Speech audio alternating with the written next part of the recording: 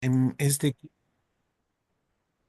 Y bueno, pues buenos días a todos ustedes. Vamos a ver este tema que me tocó, la relación del capitalismo, el campo, los campesinos, los modos de vida, y vamos a vincularlo con la cuestión de la transformación de los sistemas alimentarios, pero ya les advertía que voy a tratar de hacer una recapitulación.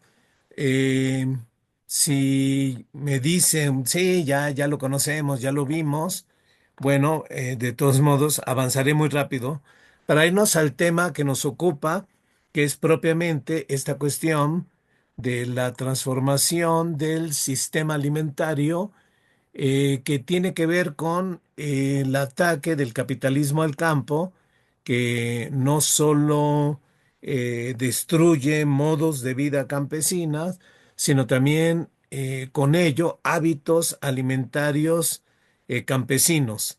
Eh, entonces, vamos a empezar, ¿no? Ya saben que una preocupación Yo voy mía a que hacer trata eso de para su introducir poco. en este No, tema, en esta temática de esta maestría, es la cuestión del colapso ecosocial, ¿no? La crisis ecológica, algunos le llaman. yo, Yo ya le llamo, como muchos otros y otras, colapso ecosocial.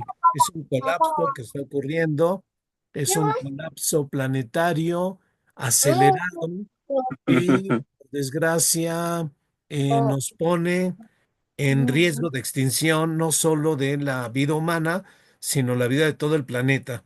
Eh, un colapso que no vamos a evitar.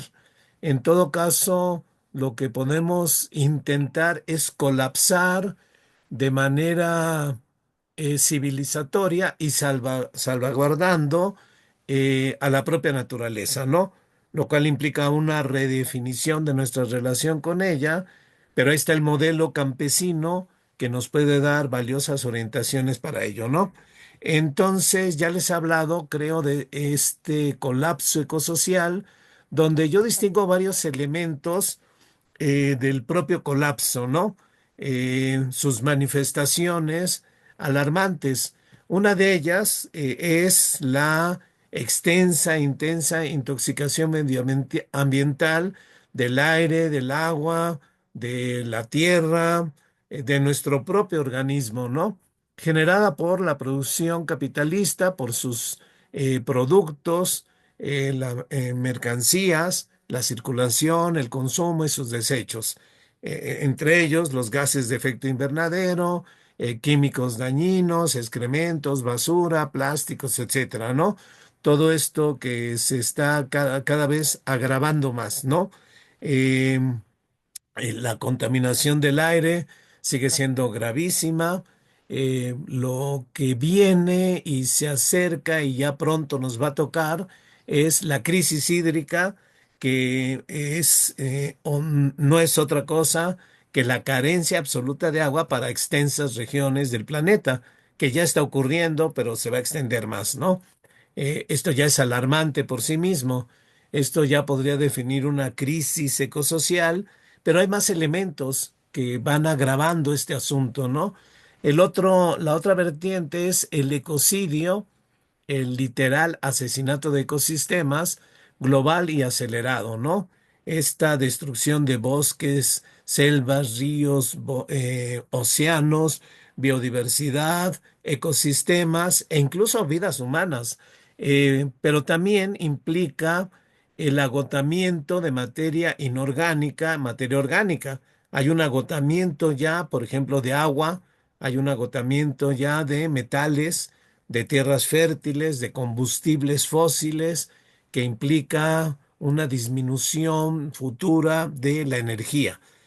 Todo ello, por supuesto, determinado, causado por un sistema enajenado y enajenante que funciona automáticamente de manera autonomizada, buscando que en esa producción de mercancías el dinero se vuelva más dinero, ¿no? Acuérdense que esa es la idea que tiene Marx del propio capital, ¿no?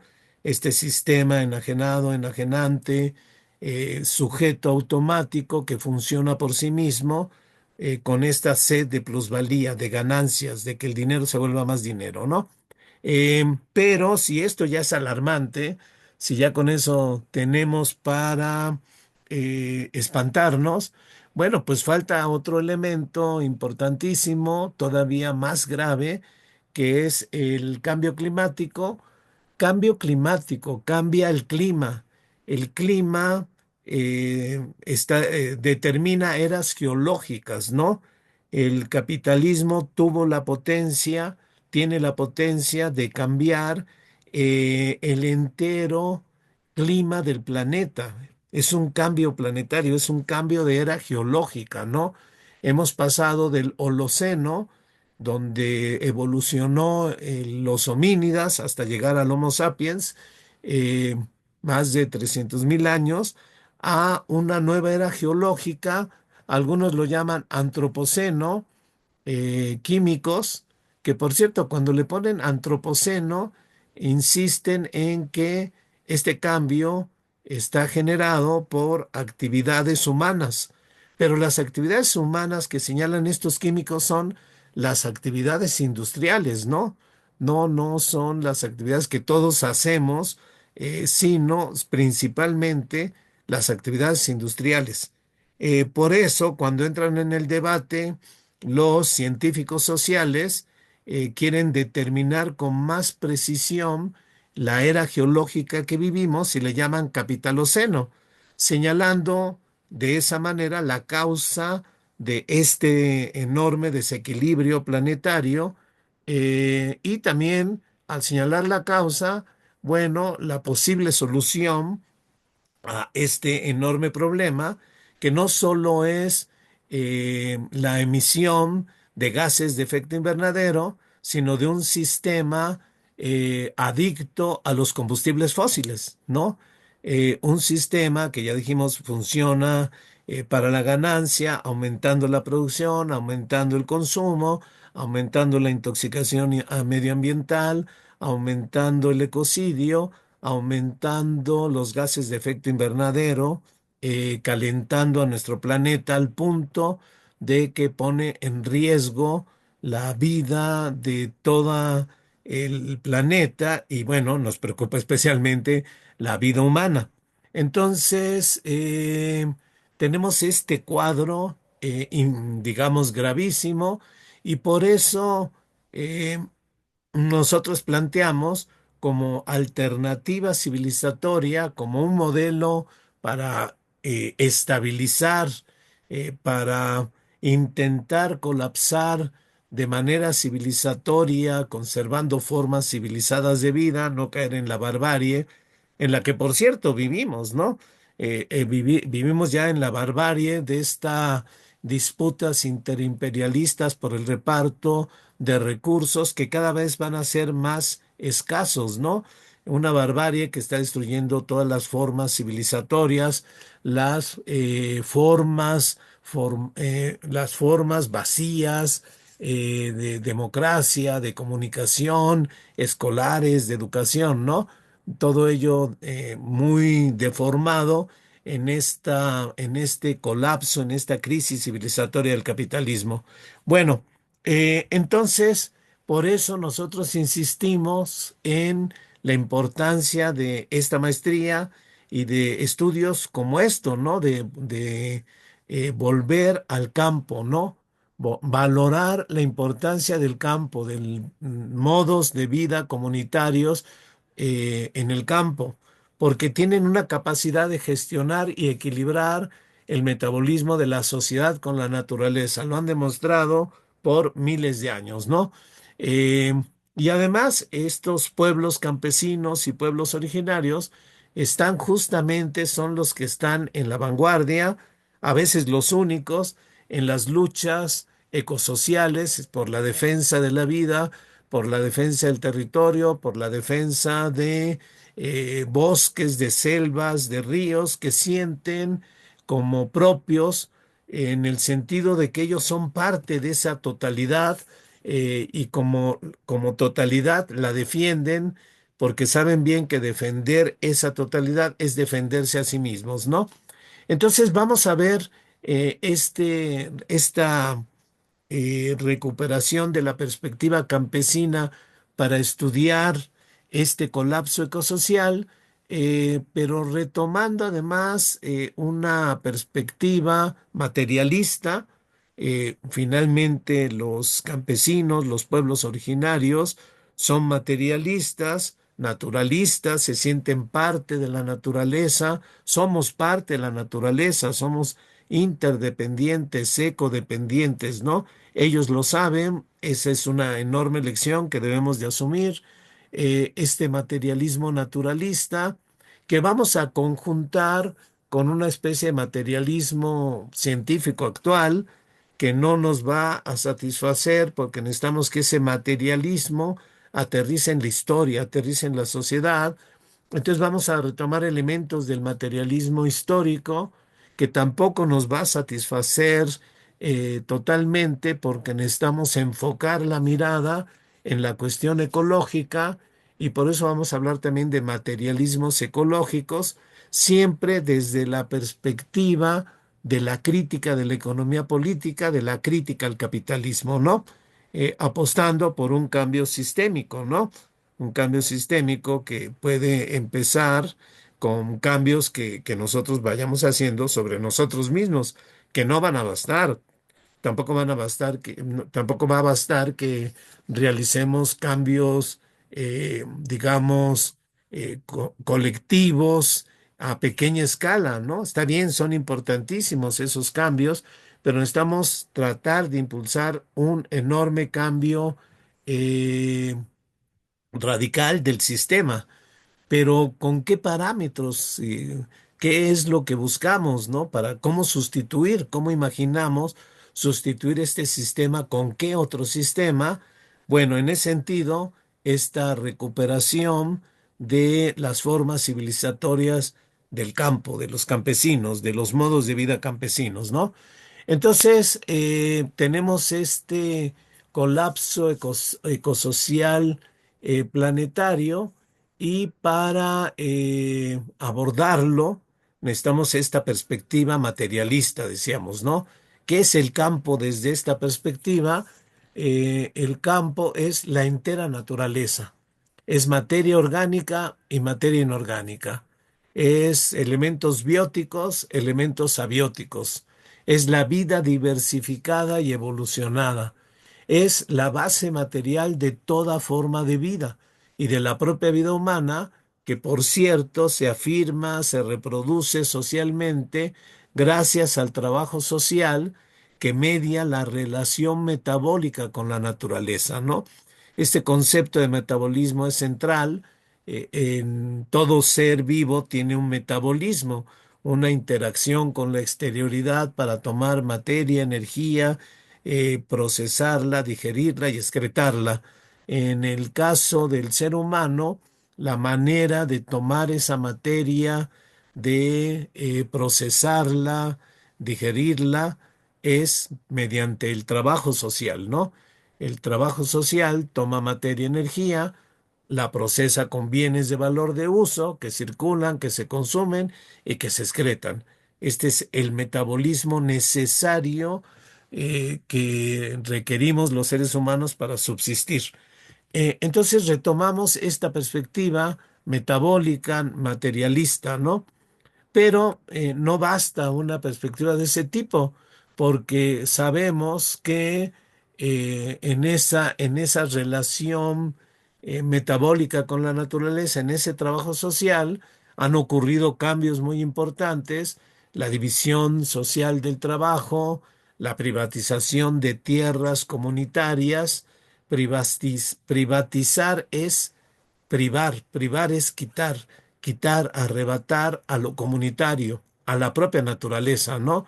Entonces aparecen clases sociales, clases poseedoras de los medios de producción, la tierra, clases desposeídas que son explotadas, que son subordinadas, aparecen conflictos de clase, aparece el Estado como formas de mediar esos conflictos y aparecen diversos modos de producción que se van sucediendo históricamente hasta llegar al sistema capitalista mundial, ¿no? Actual, que es lo que en el cual existimos, ¿no?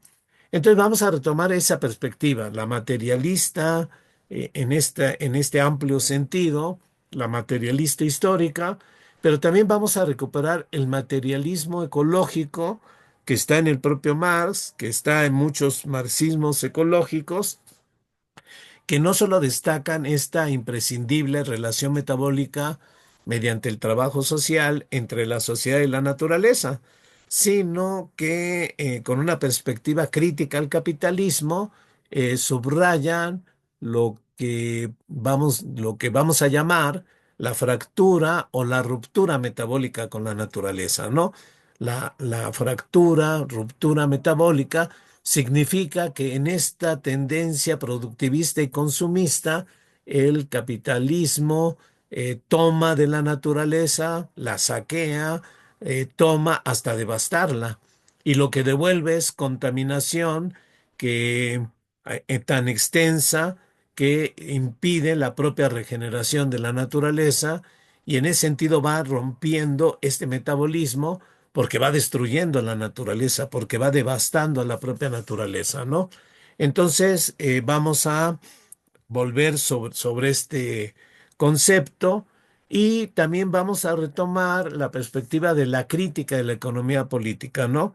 Que en realidad es el proyecto inacabado de Marx de la crítica al capitalismo, la crítica y también el pensar la alternativa al propio capitalismo, ¿no? Entonces la vamos a retomar y vamos a retomar un concepto clave para entender la relación del capitalismo con el campo, que es la acumulación originaria del capital, ¿no? Por cierto, cabe señalar que Marx, al final de su vida, en este proyecto inacabado de crítica de la economía política, Marx está pensando, volviendo, estudiando sobre formas de vida comunitarias anteriores al capitalismo, ¿no? Las está pensando no solo porque le interesa el pasado, sino le interesa modelos para el futuro, ¿no? Por eso Marx va a reivindicar el comunismo, ¿no? Un comunismo moderno, pero un comunismo inspirado en el comunismo de la antigüedad, el comunismo de los pueblos campesinos, de los pueblos originarios, ¿no? Entonces, y claro, vamos a aterrizarlo en las luchas campesinas actuales y lo vamos a particularizar en la cuestión de la deformación del sistema alimentario capitalista. Eh, entonces, esto es lo que vamos a ver. Alguien dirá, "Ah, bueno, ya empezó, pero no estoy anunciando lo que vamos a ver.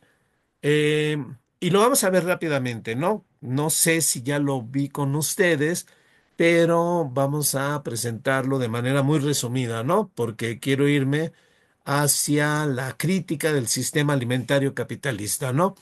Entonces partimos de la idea del materialismo, ¿no?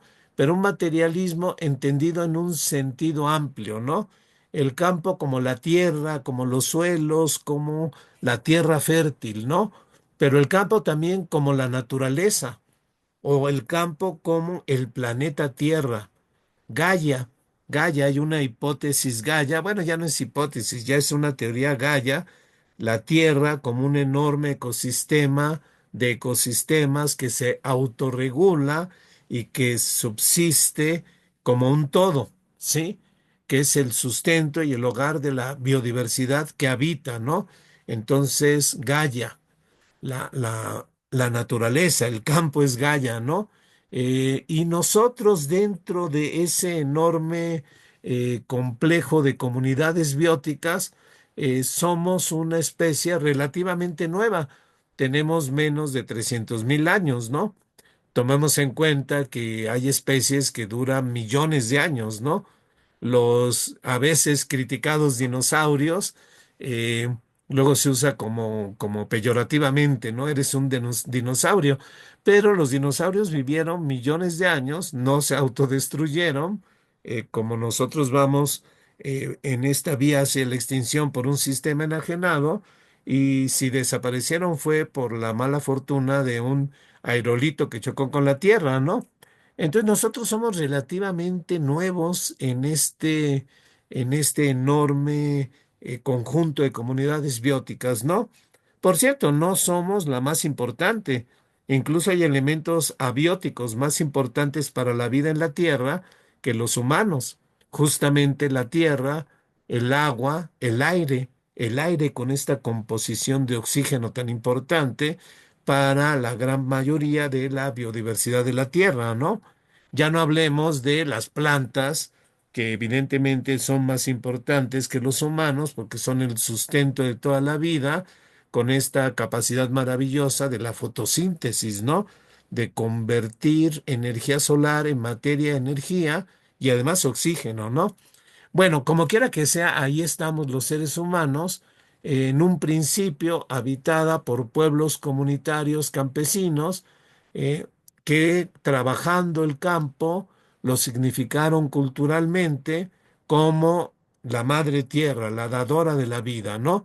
Eh, Sintiéndose eh, parte correctamente, parte del conjunto de todas las vidas, ¿no?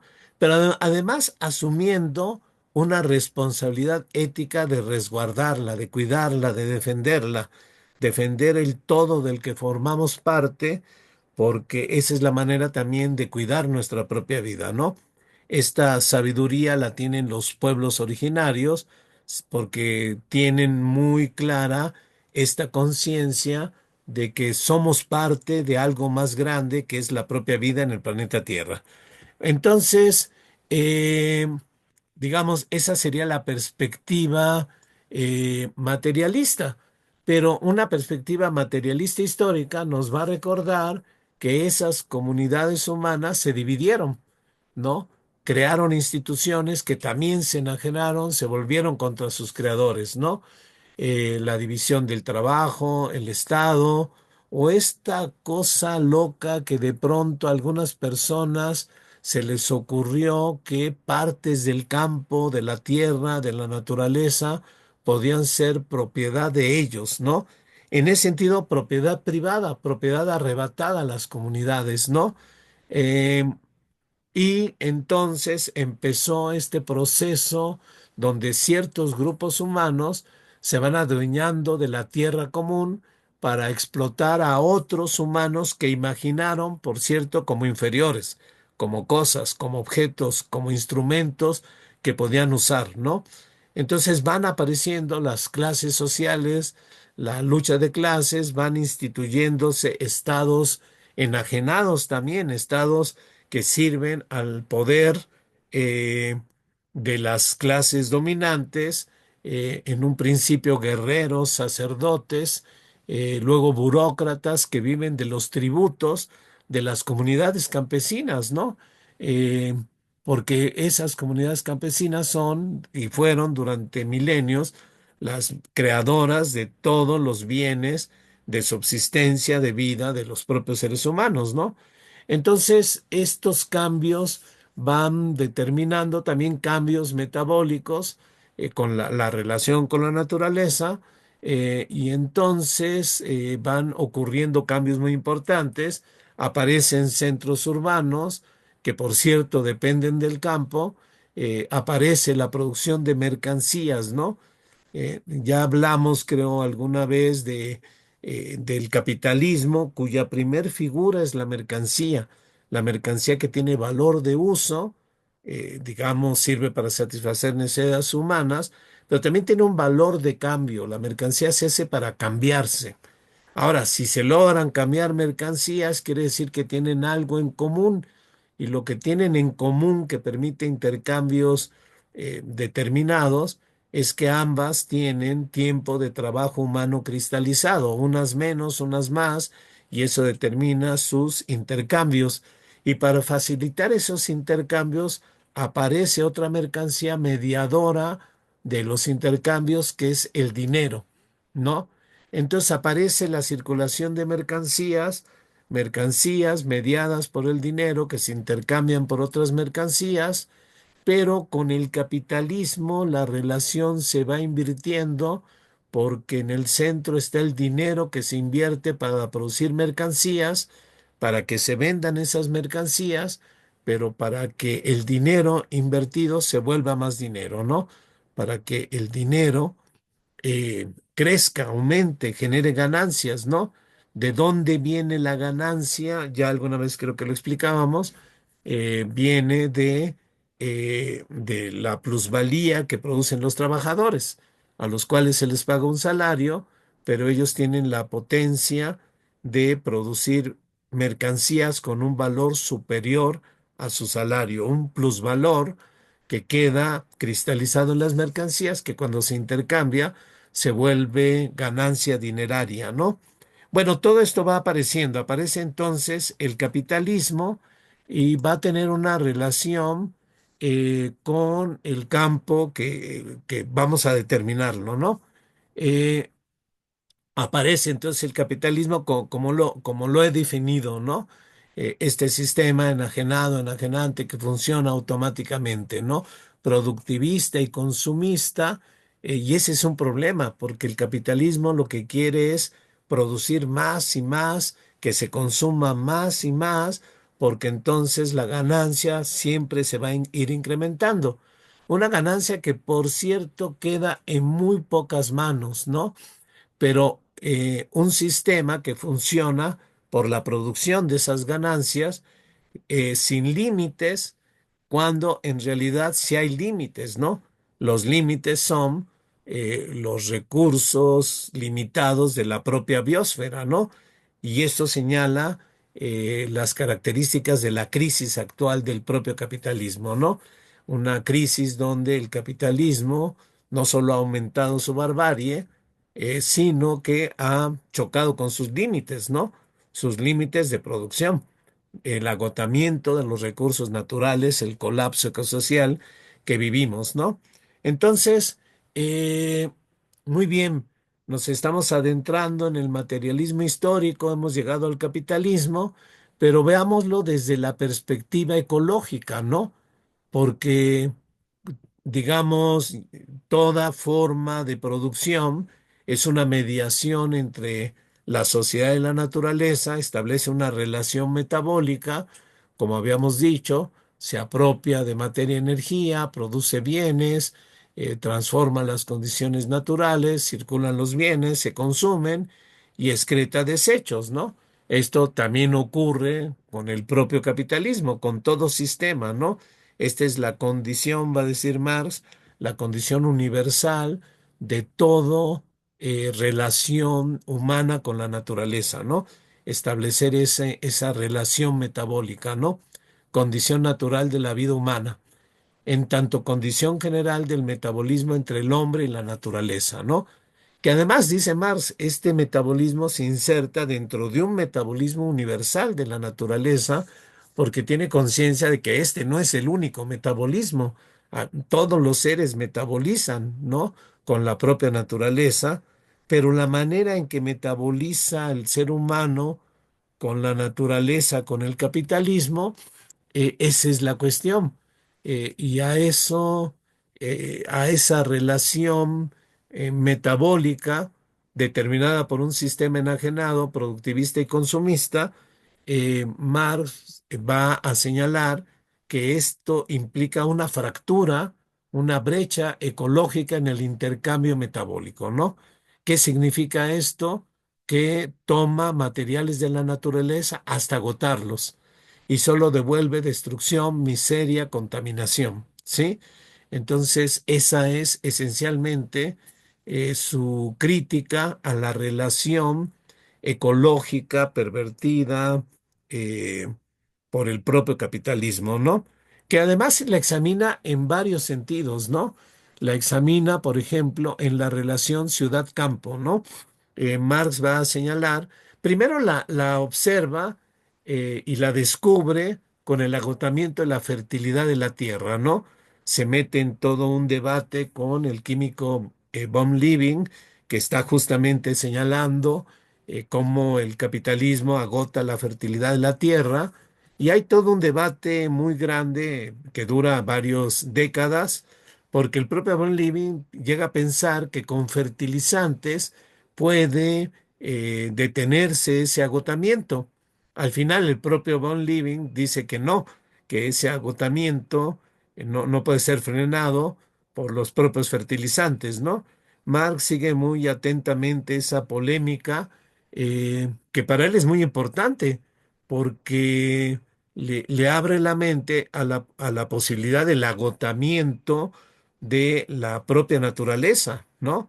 Entonces, él observa primero en esta relación del agotamiento de la fertilidad de la tierra, pero luego la va pensando en la relación entre ciudad y campo, cómo la ciudad va saqueando al campo, sí, le va saqueando las riquezas, y cuando las ciudades excretan, excretan desechos, contaminación que no suponen una asimilación ecológica por el propio campo, ¿no? Entonces lo que está viendo es justamente una fractura metabólica, ¿no? Saquear los recursos naturales y devolver contaminación. Pero no solo lo ve así, no solo lo ve, digamos, en el agotamiento de la fertilidad de la tierra, en esta relación también eh, ecológicamente eh, cuestionable, esta relación ciudad-campo, sino que lo ve también en relación a los imperios y las colonias, ¿no? Porque los imperios también hacen lo mismo, saquean recursos naturales, ¿sí? Agotan los recursos naturales de las colonias, ¿no? Y no hay un reciclamiento a la hora de excretar, sino que se generan eh, puros desechos contaminantes, ¿no? Entonces Marx va examinando esta fractura metabólica eh, y va pensando de alguna manera la insostenibilidad ecológica del propio sistema capitalista, ¿no? Hay apuntes importantes sobre eso. Entonces ya, desde esta perspectiva materialista, en un sentido muy amplio, materialista histórica, y desde el materialismo ecológico, podemos mirar el modo de vida campesino, ¿no? Y podemos entonces valorarlo, ¿sí? El campo, pero en ese sentido hablamos de modo de producción agrario de vida campesina, es una forma particular de intercambio metabólico naturaleza-sociedad. Y lo notable es que esa relación metabólica es sustentable.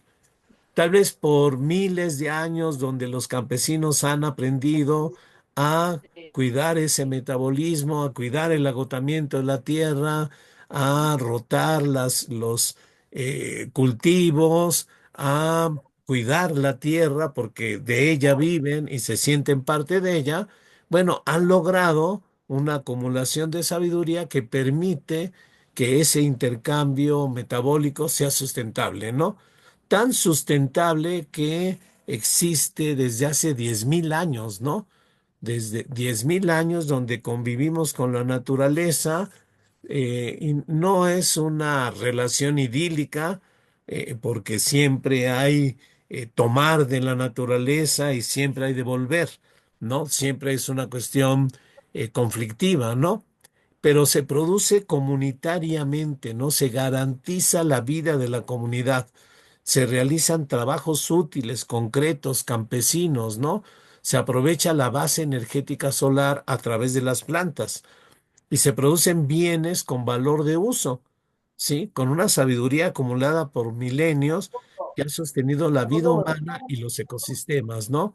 Entonces, de ahí tenemos que aprender muchísimas cosas, agroecología, que viene justamente de esta sabiduría campesina. Bueno, este es el modo de vida campesina, ¿no? Examinado desde los criterios anteriores. Bueno, muy bien, pero ¿cómo es el capitalismo?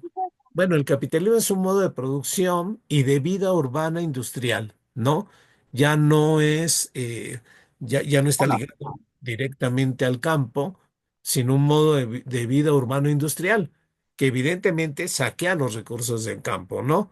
que también tiene su intercambio metabólico, naturaleza-sociedad, pero ya vimos que ese intercambio supone rupturas metabólicas que han provocado el colapso ecosocial, el agotamiento de las tierras, los ecocidios, el saqueo de los países Buenos coloniales, días, entiendo la batata. imperios y formas de vida insustentable ecológicamente, ¿no?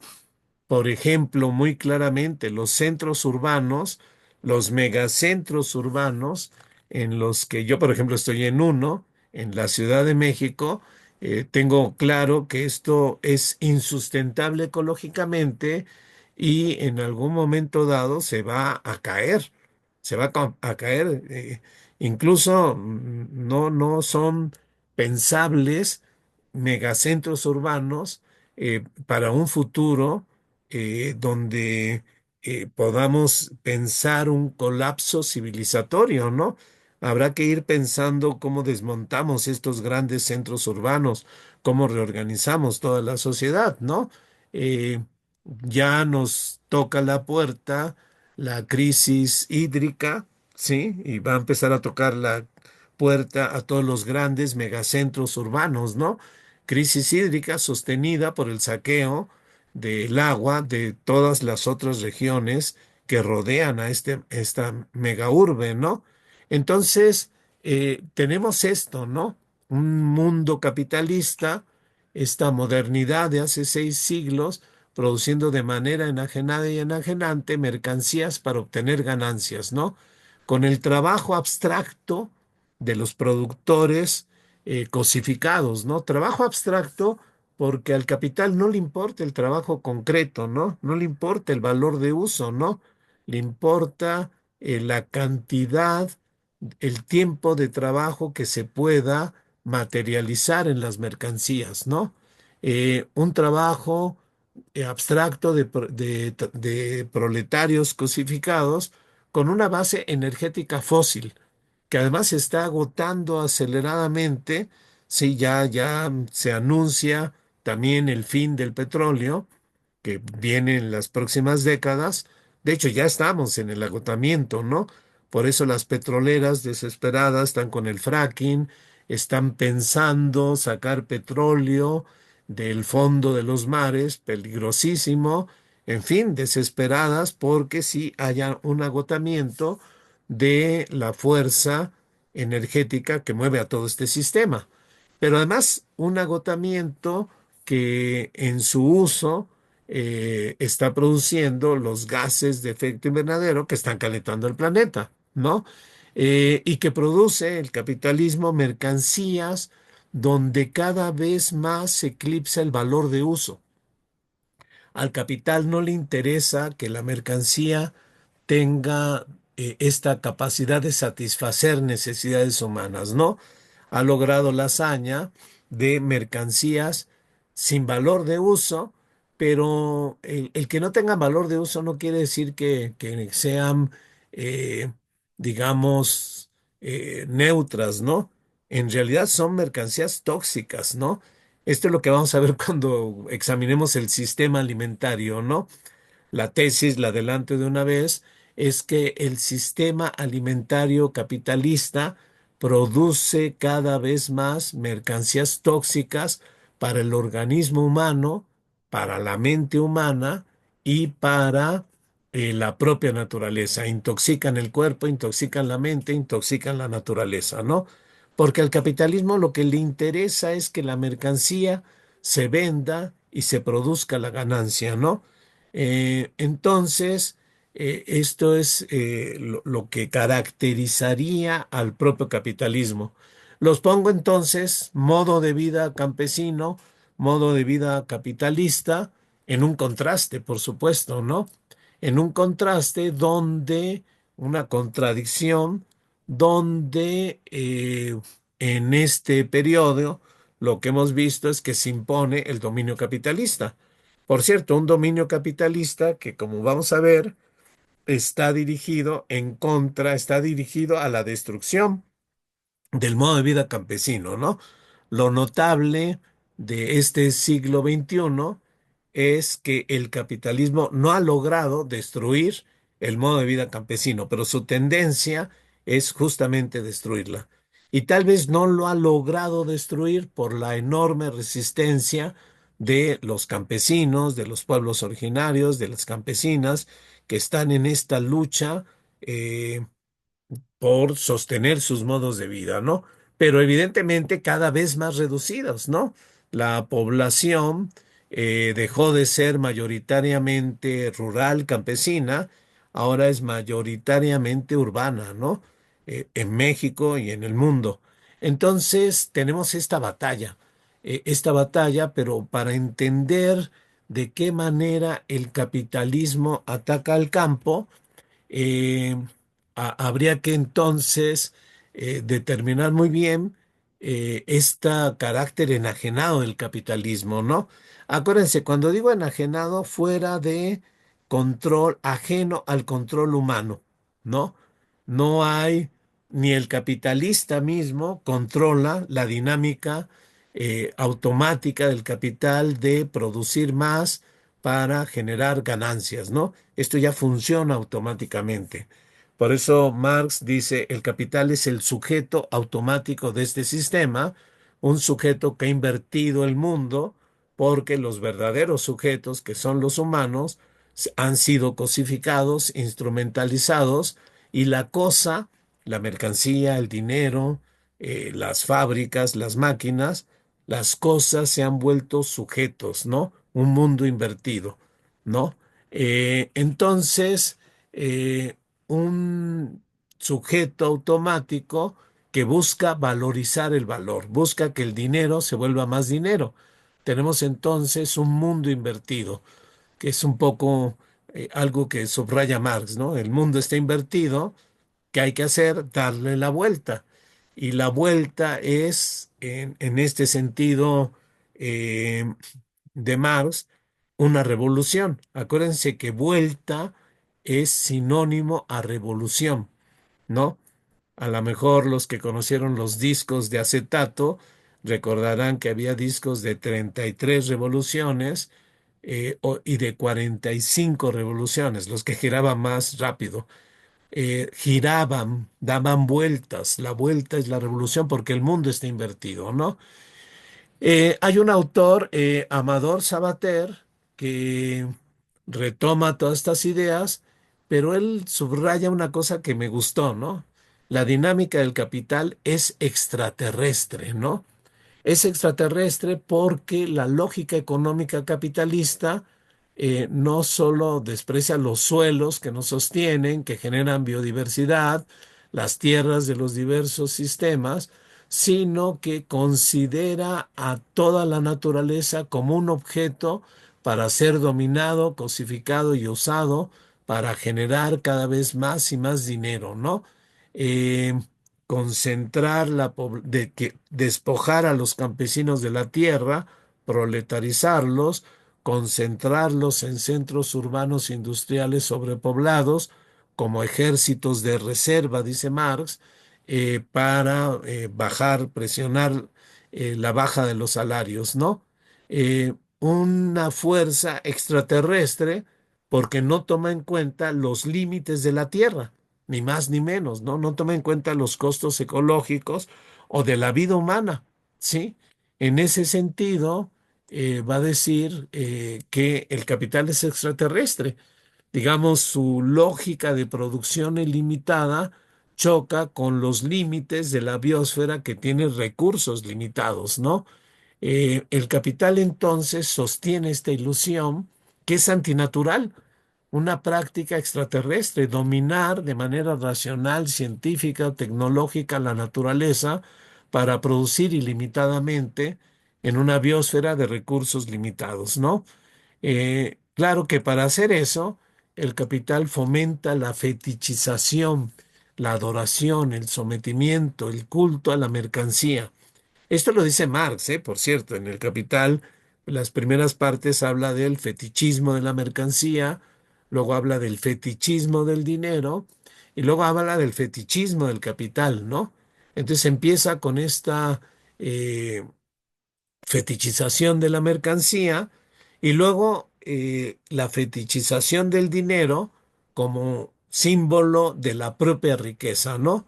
Y luego fetichización del capital, un dinero que se puede volver más dinero, ¿no? Y ya sabemos de dónde viene esta ganancia del capital, ¿no? Entonces, con esta fetichización, eh, lo que se va imponiendo es un modo de producción que no toma en cuenta los límites de la tierra. Y dice Amador, eh, Amador Sabater, dice, el capital entonces no habita la tierra, ¿no? El capital no es materialista, digamos, ¿no? El capital es abstracto, es ilusorio, pierde el suelo de la tierra, de la naturaleza, de la materialidad, ¿no? No se pone límites, ¿no? E incluso considera a la naturaleza como enemiga a vencer, ¿no? Lanza una guerra de conquista para dominarla y explotarla, ¿sí? Esto lo hemos visto muy claramente estos últimos años cuando el capital neoliberal regresa al campo con una violenta acumulación originaria, una verdadera guerra ofensiva contra la naturaleza, como una potencia extranjera, extraterrestre, dice Sabater, que pretende invadir, ocupar, someter, dominar, explotar y extraer de ellas riquezas constantemente, destruyendo todo, dejando todo en ruinas, ¿no? Entonces, en ese sentido, dice Amador Sabater, el capital no habita la tierra, sino que pretende gobernarla como una fuerza externa que se mueve por la exigencia de más beneficios, ¿no? Presionando a la vida terrestre para obtener esas ganancias, ¿no? Presionando hasta el punto de exterminar la propia vida terrestre, ¿no? Eh, pero en contraste, eh, los que sí habitan la tierra son justamente los campesinos, ¿no? Dice, ellos son los verdaderos habitantes de la tierra porque cuidan a la madre tierra, ¿no? La viven, conviven con la tierra, la cuidan, han aprendido a tener equilibrios metabólicos con la tierra, ¿no? Y justamente ante esta guerra del capital contra la propia tierra, capital extraterrestre, los pueblos originarios y campesinos están desarrollando guerras defensivas buscando seguir habitando sus territorios. Ellos sí la habitan, ¿no? La habitan porque conviven con la tierra, ¿no? Entonces están pugnando por vivir, subsistir, proteger, conservar, cuidar sus formas de vida, sus relaciones con su entorno, ¿no? Entonces, me gusta esa idea de que los campesinos, los pueblos originarios, son los verdaderos habitantes de la tierra que cuidan la vida de la madre tierra y entonces debiéramos de sumarnos a ellos, ¿no? Debiéramos de defenderlos, debiéramos estar a su lado en sus luchas y debiéramos de aprender de ellos también a modificar nuestros modos de vida para habitar la tierra y no meternos en esta lógica capitalista de dominarla, conquistarla, explotarla, etcétera, ¿no?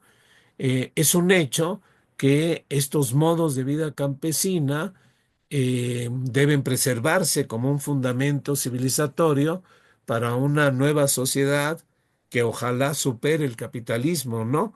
Debemos de aprender de ellas este intercambio metabólico, esta producción comunitaria, esta vida comunitaria, recordar que somos seres sociales, seres comunitarios, ¿no?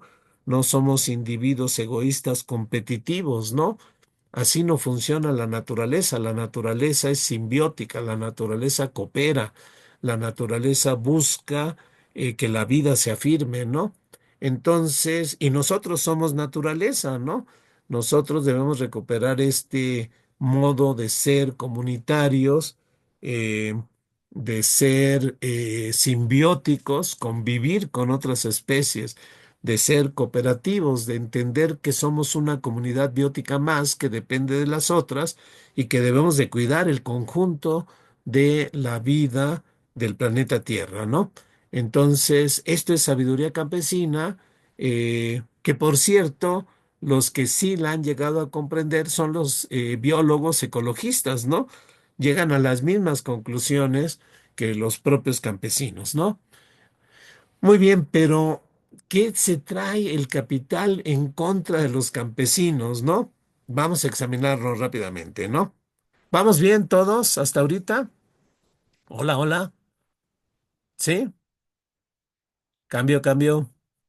Sí, Todo bien, Sí, vamos muy bien. bien, muy Bueno, bien.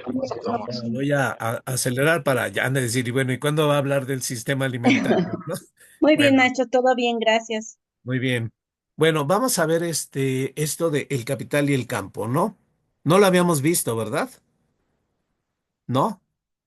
Bueno, eh, el capital, el libro uno, ¿no?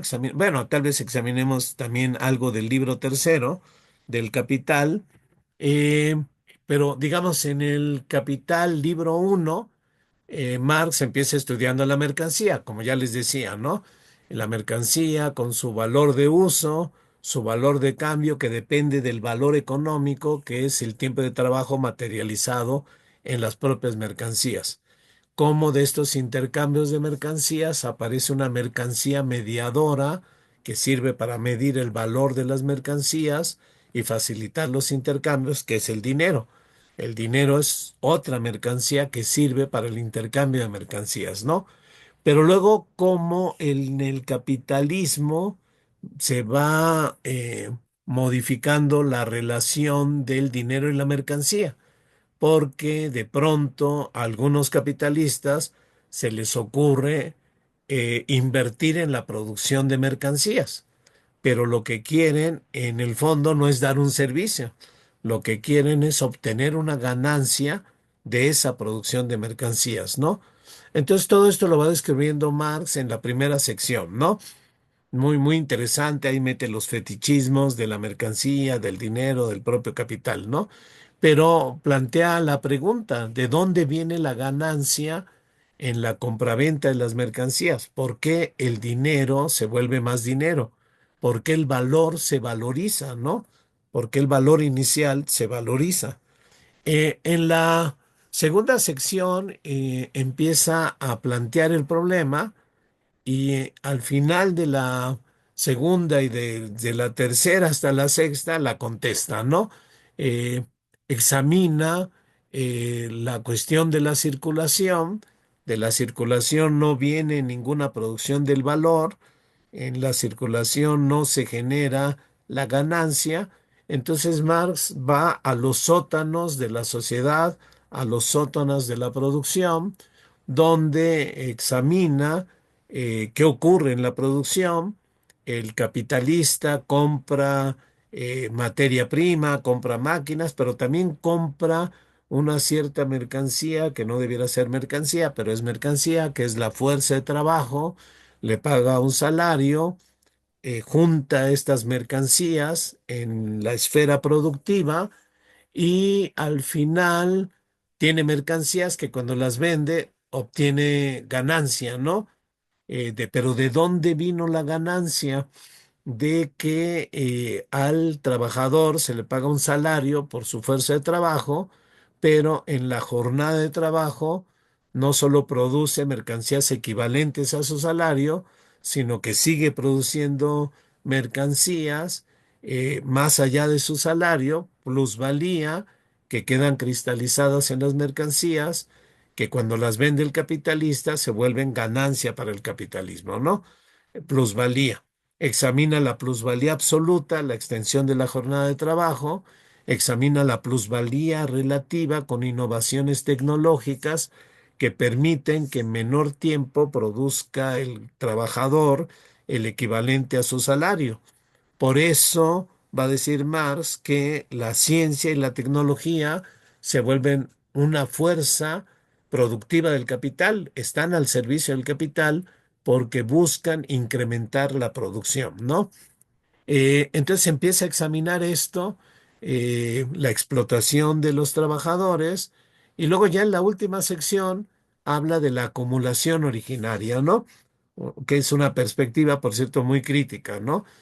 No hay un capitalista emprendedor que empezó esto, sino que hay un saqueo de riquezas que permitió una acumulación tal que echa a andar el propio sistema capitalista, ¿no? Pero en todo este libro, ¿dónde están los campesinos, no? Bueno, están hasta el final, propiamente, ¿no? Están en la última sección, en el capítulo 24 del primer libro, un capítulo sobre la acumulación originaria, ¿no? Marx maneja la idea de acumulación originaria de manera siempre irónica, ¿no? Eh, no es una acumulación idílica de un emprendedor, ¿no? En realidad, la acumulación originaria viene de la conquista y colonización del mundo y enorme saqueo de riquezas para lanzar el propio capitalismo, ¿no? Y en una parte de este capítulo trata justamente lo que él va a llamar el secreto de la acumulación originaria, ¿no? Es un proceso material, social, histórico, en el que se separan los productores, los campesinos, de sus modos de producción, de la tierra, ¿no? Esto es el secreto de la acumulación originaria, o sea, despojar a los campesinos de la tierra. Los campesinos carentes de medios de producción ya no son campesinos, se les llama proletarios, lo único que tienen es prole, ¿sí? Y tienen también su fuerza de trabajo, y va a describir cómo se les obliga a meterse a las fábricas, ¿no? Entonces es un proceso que él investiga con mucho detalle en Inglaterra, ¿no? Y dice, bueno, yo no pretendo que esto sea el modelo para todo el mundo, pero en realidad es lo que va ocurriendo en muchos países, ¿no? Eh, digamos, se expropia la población rural, se les despoja la tierra, y ahí va contando las múltiples maneras en que se les va despojando la tierra a los campesinos. A veces es el robo directamente, ¿no? A veces cercan y los expulsan, ¿no? Les quitan las tierras comunales, ¿no? Las ovejas desplazan a los campesinos en el cultivo de la tierra, ¿no? Se va sobreexplotando a los propios campesinos.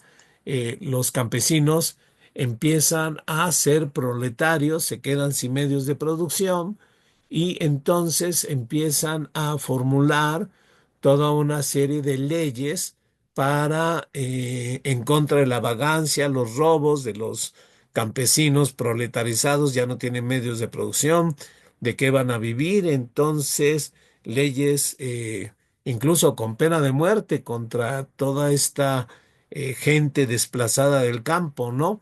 Y luego leyes que los van a ir obligando justamente a meterse a las fábricas, ¿no? Obviamente no quieren meterse a las fábricas. Entonces va contando todo este proceso violento eh, donde se van expropiando las tierras, ¿no? Se van haciendo grandes terratenientes, van contratando a campesinos asalariados y los terratenientes se van enriqueciendo, ¿no? Entonces se va reduciendo la población rural que cultiva sus propias tierras y va creciendo el proletariado industrial, ¿no? De hecho, Marx va a hablar de la ley de la acumulación del capital, no de la originaria, sino la ley de la acumulación del capital, que es una ley poblacional. Es una ley, dice, es una ley que concentra a enormes masas de proletarios en centros urbanos. No todos van a tener trabajo, va a ser un ejército industrial de reserva para la industria conforme vaya creciendo, pero más grande de sus necesidades para que presionen los desempleados la baja de los salarios, ¿no? Entonces va contando todo esto, ¿no? Y cómo esta va penetrando el propio capital y se va apoyando en esta expropiación, de la expropiación de riquezas del campo, ¿no? Entonces lo va contando, les digo, es todo una parte, la parte última del libro, donde va planteando esto, ¿no? Históricamente es un estudio muy erudito del propio Marx sobre este proceso histórico. Va examinando leyes, va examinando cómo va transfiriéndose la riqueza de un país a otro país, de España y Portugal a Holanda, Francia y finalmente Inglaterra, que va a tener un capital tal que le permite propiamente el desarrollo del capital industrial. Y todo ello basado en el saqueo, la violencia, la esclavitud, el exterminio de colonias, ¿no? El capital nace imperialista propiamente, ¿no? Entonces, eh, dice Marx, el capital nace eh, lleno de lodo y de sangre, ¿no? Por este saqueo que ha implicado no solo a los campesinos, sino a colonias enteras, ¿no? La conquista y colonización del mundo, ¿no? Ese es ese es, digamos, el secreto de la llamada acumulación originaria, ¿no? Un proceso histórico que expropia, que priva a la gran masa del pueblo de la tierra y de los medios de vida, ¿no?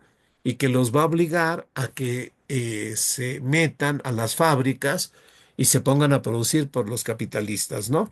Entonces, es muy claro que para Marx el capital está dirigido contra los campesinos. Por eso les decía, lo notable del siglo XXI es que los campesinos todavía existen, ¿no? Disminuidos, por supuesto, ¿no? El campo, México en el mundo, el campo ha sido despoblado, muchos han migrado, no solo a los centros urbanos, en México muy particularmente han migrado a Estados Unidos, ¿no? Millones han migrado. Entonces, Marx lo examina así, ¿no? Luego, en el libro segundo, El Capital, también examina el proceso de circulación, pero el importante es el libro tercero, que examina el proceso de producción capitalista en su conjunto, y ahí vuelve a la cuestión agraria con la cuestión de la renta de la tierra, ¿no? La renta de la tierra no es explotación capitalista, por ejemplo, ¿no? La renta de la tierra es una ganancia que viene de, digamos, de un bien natural escaso, ¿no? En él no hay inversión de dinero que compra fuerza de trabajo, que la explote y obtiene plusvalía, ¿no? Más bien, tengo un bien natural escaso, tengo tierra, tengo petróleo, tengo agua, ¿no? Que y como es escaso, puedo ponerle el precio que quiera y obtengo ganancias extraordinarias. Pero en realidad esas ganancias extraordinarias vienen de la plusvalía que han producido los trabajadores, ¿no? Entonces, el capital rentista arrebata plusvalía a otros capitales, ¿no? Por eso incluso se pensaba que la cuestión de la renta también iba a desaparecer, ¿no? Con el propio desarrollo del capital industrial. En realidad, lo que hemos visto es que el capital rentista se ha vuelto el más importante en el mundo actual, ¿no? O uno de los más importantes, ¿no? Porque dado que todo es escaso, tierra, petróleo, agua, metales, minerales, etcétera, entonces, alimentos, por supuesto, entonces los capitales giran donde puede haber más ganancias. Entonces se dirigen, vuelven al campo para todos estos recursos escasos para obtener renta, ganancias extraordinarias, ¿no? Y esto determina por eso determina la existencia de esta otra forma del capital, ¿no? Por cierto, Marx, cuando en este libro tercero recapitula sobre las clases del capitalismo, habla de la clase capitalista, habla de la clase obrera, pero también habla de los terratenientes, ¿no? Por cierto, no habla de los campesinos, porque de alguna manera ve que los campesinos van a desaparecer en el propio sistema capitalista, ¿no? Pero sí habla de el capital rentista, ¿no? Por eso muchos marxistas pensaban que que la renta iba finalmente a desaparecer, ¿no? Pero con este reimpulso de la acumulación originaria en el campo, ¿sí? con estos métodos delincuenciales, violentos, inhumanos, ecocidas, lo que hemos visto es que el capital rentista, junto con el capital financiero que especula, son los que dominan en este regreso violento del capital al campo, ¿no? En este reimpulsar procesos de acumulación originaria. Por eso la acumulación originaria es un concepto central, ¿no? No es originaria en un sentido solamente histórico, ¿no? Es originaria, permanente, eh, hay algunos que van a decir es una acumulación residual y finita, porque van a lo que queda hasta agotarlo, ¿no?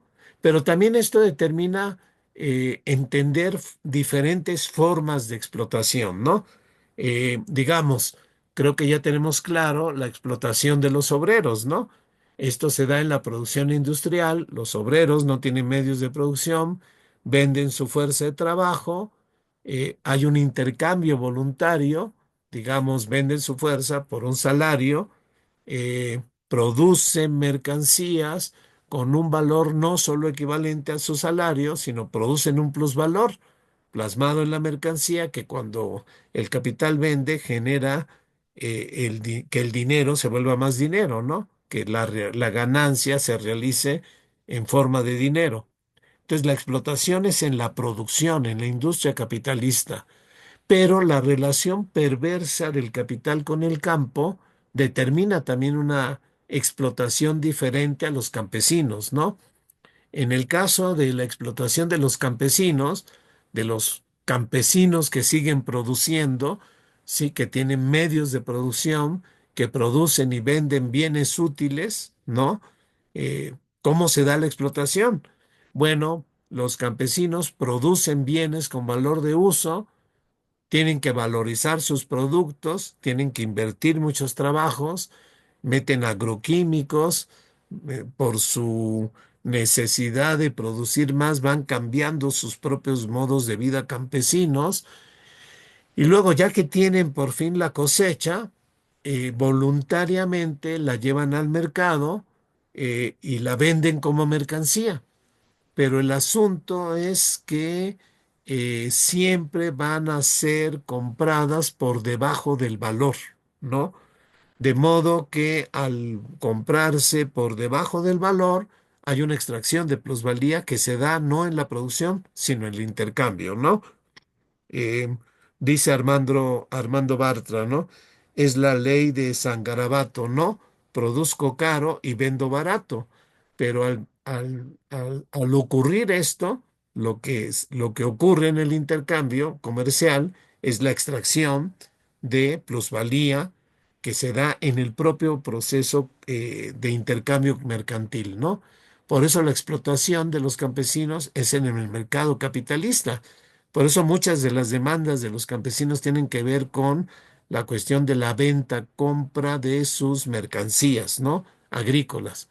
Por cierto, esto también nos ayuda a entender la explotación de las mujeres, como otras formas de explotación del capitalismo, ¿no? Por ejemplo, las mujeres eh, hacen un trabajo reproductivo de la fuerza de trabajo, un trabajo, eh, digamos, doméstico, un trabajo de cuidados, sin medios de producción, pero tampoco venden su fuerza de trabajo y por eso no obtienen salario, ¿no? No hay salario en el caso de las mujeres, ¿no? Eh, entonces hacen este trabajo de servicios, vínculos, afectos, domésticos que permiten la reproducción de la vida y de la fuerza de trabajo, pero sin salario. Si esos trabajos fueran valorizados, digamos, si dijéramos, bueno, lavaste la ropa, pero hay lavanderías, tanto vale. Hiciste la comida, pero hay restaurantes, tanto vale, ¿no?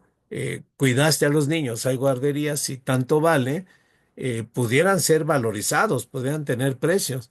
Pero el asunto es que no son valorizados, no son mercancías y en realidad abaratan la fuerza de trabajo, ¿no? Porque el trabajador se va a ahorrar parte de su salario por el trabajo que hacen las mujeres, ¿no? Aparte de que el trabajador de pronto tiene un poder económico en las familias porque es el que lleva el salario. Entonces, la explotación de las mujeres se da de manera invisible en el hogar, ¿no? Entonces, como vemos, hay diferentes modos de explotación. Aquí la que me interesaba era subrayar esta explotación en el campo, ¿no? En contraste con la obrera y con la explotación de las mujeres, ¿no? Bueno, ya vamos hacia propiamente hacia la cuestión del sistema alimentario, ¿no? Entonces, la historia de México la podemos definir como una historia de las luchas de los campesinos ante esta acumulación originaria permanente, ¿no? Esta realmente define toda la historia de México, ¿no? Eh, y hay quien ha contado esta historia, ¿no? Esta es nuestra historia, la historia de los campesinos contra estos procesos de acumulación originario que llegan hasta nuestros días, ¿no? En nuestros días también ocurre lo que Blanca Rubio ha señalado, ¿no? Los campesinos en un momento dado fueron importantes, eran explotados, pero eran importantes, eran parte del sistema económico porque producían alimentos, ¿no? Y bienes y otro tipo de bienes, ¿no? De bienes agrícolas. Entonces jugaron un papel importante, aunque eran explotados de estas y otras maneras, ¿no? Los campesinos. Pero ella va a contar esta transición que va a ocurrir en los campesinos desde el siglo pasado hasta nuestros días, donde los campesinos pasaron de ser explotados porque estaban insertos en el sistema produciendo alimentos y productos agrícolas a ser excluidos, ¿no? Ya no me detengo mucho en esto, eh, pero lo marca muy bien esta Blanca Rubio, ¿no? Este momento después de la Segunda Guerra Mundial, donde la producción alimentaria de materias primas es muy importante, no solo para la sostenibilidad de la vida de los mexicanos, sino también para el desarrollo del propio capitalismo en nuestro país, ¿no? Entonces tuvieron un papel importante, los campesinos siguen luchando por la tierra, eh, porque dependen de ella, y esto ocurre a nivel latinoamericano, ¿no?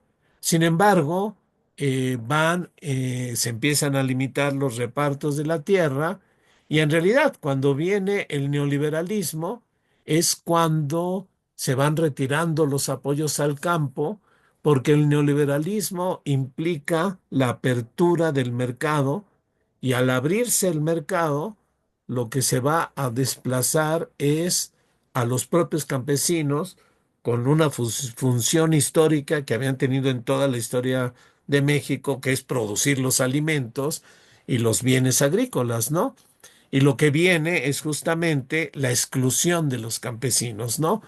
Y ya esto sumado con el regreso del capital al campo, bueno, lo que va a destruir básicamente es estos modos de vida campesinos, ¿no? Las grandes migraciones y sobre todo esta situación donde los campesinos ya no son esenciales para el sistema productivo, ¿no? Ya no son esenciales para el sistema alimentario, ¿no? Entonces empieza a distorsionarse el propio sistema alimentario, ¿no? Ya vamos a irnos al punto del sistema alimentario, ¿no? Empieza a haber todos estos cambios. Que van erosionando no solo el campo, sino enteramente a México con el neoliberalismo, tratados de libre comercio, que van desplazando a los campesinos, al punto, van cambiando artículos importantes eh, de defensa de la propiedad campesina, eh, y de pronto, eh, muchos de los que se han desplazado a las ciudades, campesinos proletarizados, ahora en centros urbanos, han abandonado su modo de vida campesino, pero también empiezan a abandonar sus hábitos alimentarios, ¿no? Se va desplazando una dieta basada en el maíz y el frijol por productos del sistema alimentario capitalista, ¿no? Lo que antes se llamaba comida chatarra, en realidad lo que expresaba es la conversión de mercancías alimentarias que todavía tenían valor de uso, pero ya subordinadas enteramente al capitalismo, van perdiendo su valor de uso y se van a convertir en mercancías tóxicas, ¿no? Entonces, esto ocurre en el mundo, pero ocurre en México justamente en esos años, ¿no? En el siglo pasado, ya desde la urbanización, de el predominio de la población urbana, ahí van modificándose los hábitos alimentarios y muy abiertamente con el Tratado de Libre Comercio empiezan a romperse, a quebrarse el sistema alimentario que existía y a sustituirse por un sistema alimentario capitalista que vamos a ver que genera una grave crisis sanitaria y una agudización de la crisis ecológica, ¿no? Hay un libro muy bueno sobre esto, se los recomiendo, Los peligros de comer en el capitalismo, de Jorge Veraza y toda una serie de autores que examinan con mucho detalle esta distorsión del sistema alimentario capitalista, ¿no? Eh, entonces ellos lo que van a plantear es esto, ¿no? Que, digamos, primero hay un sistema alimentario capitalista, ¿no?